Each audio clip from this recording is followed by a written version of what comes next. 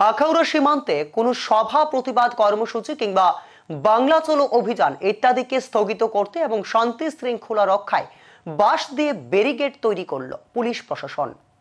বাংলাদেশের তত্ত্বাবধায়ক সরকারের নেতৃত্বে দিকে দিকে চলছে হিন্দুদের উপর আক্রমণ, বাড়িঘর, মঠ, মন্দির আগুন দিয়ে জ্বালিয়ে দেওয়া সহ হিন্দু ও বৌদ্ধ সম্প্রদায়ের মানুষদের হত্যার পাশাপাশি বাংলাদেশের হিন্দু ধর্ম প্রচারক চিন্ময় কৃষ্ণ প্রভুকে মিথ্যা মামলা আটক করেছে। প্রতিবাদে সরব হয়ে বিক্ষোভ প্রদর্শন করেছে হিন্দু সংঘর্ষ সমিতি।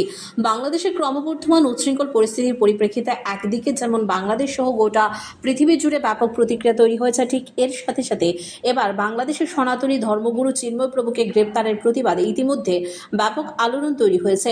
এই গ্রেপ্তারের প্রতিবাদে ইতিমধ্যে আমাদের রাজ্যের বিভিন্ন জায়গায় নানা প্রকারের প্রতিবাদ কর্মসূচি পরিলক্ষিত হচ্ছে। এই প্রতিবাদ কর্মসূচির অঙ্গ হিসেবে বাংলাদেশ চলো অভিযানের ডাক দেওয়া হয়েছে, আর তাতে করে নিরাপত্তাজনিত বা বিভিন্ন প্রকারের প্রশ্ন সামনে আসছে।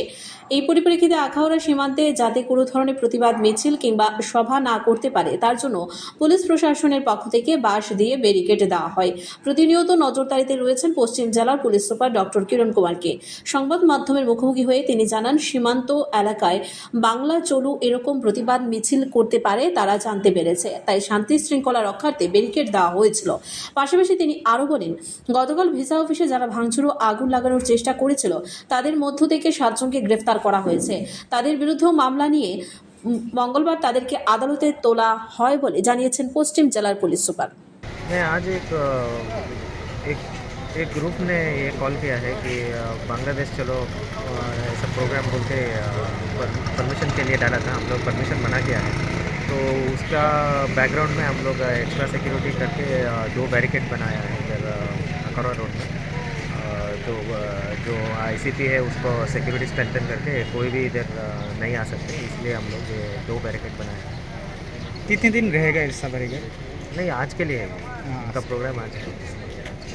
तो बॉर्डर से बांग्लादेशी और इंडिया भी उधर के जा रहा है क्या लोग?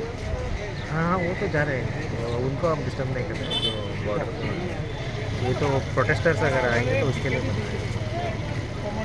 सर, कल जो विश्व में जो आंदोलन हुआ था उसमें से तो कितना दुखा पड़ा सर? कल एक केस रजिस्टर हुआ है, उसके हम लोग कल रात को 7 लोगों को अरेस्ट किया है। अभी उनको कोर्ट में फॉरवर्ड कर रहे हैं, उनको रिमांड में लेके आएंगे और पूछताछ होगा।